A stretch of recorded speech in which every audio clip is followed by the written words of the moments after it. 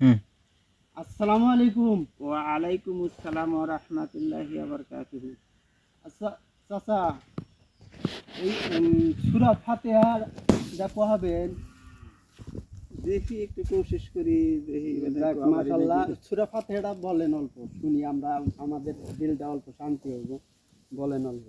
বিসমিল্লাহির রহমানির রহিম।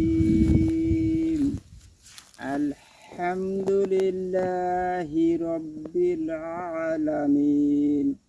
আর রহমানির রহিম। মালিকি ইয়াউমিদ্দিন।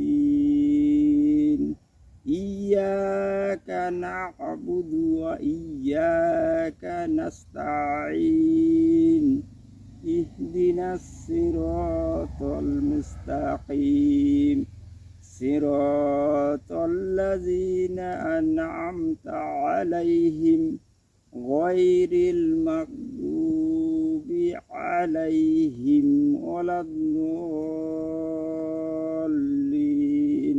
আমিন। আলহামদুলিল্লাহ, আলহামদুলিল্লাহ, অনেক সুন্দর হয়েছে। আপনি মানে এত মনটা শান্তি হইল আমার আপনার তেলাওয়াত শুনে। মানে একটা মানে এরকম একটা ভালো লাগলো, সেটা আর ভাষায় বলতে পারবো না। মাশাআল্লাহ, অনেক এই বয়সে যে অনেক সুন্দরভাবে কোরআন তেলাওয়াত করলেন, তো সহি করে। আমরা হয়তো জামাতে গেছিলাম কিছুদিন আগে, মানে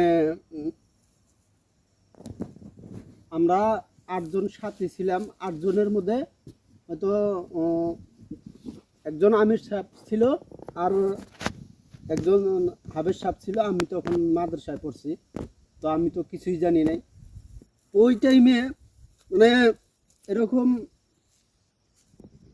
ই ছিল চাচা, 3 জন যে বাকি যে 5 জনে কিছু কিছু অল্প, হয়তো 2 জনে অল্প, 3 জনে অল্প অল্প জানা আছে, তাদের তো জানা আছে।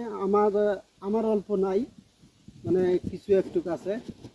তবে ওনারা যে 5 জন যে বাকি 5 জন সাথী যে আছে, ওদের যে অবস্থা, আল্লাহু আকবার, 40 দিনের ভিতরে দেখেন সূরা ফাতিহাটাই মানে সহি করতে পারে নাই। 3 জনের তাও কি আলামালা করে হয়েছে, আর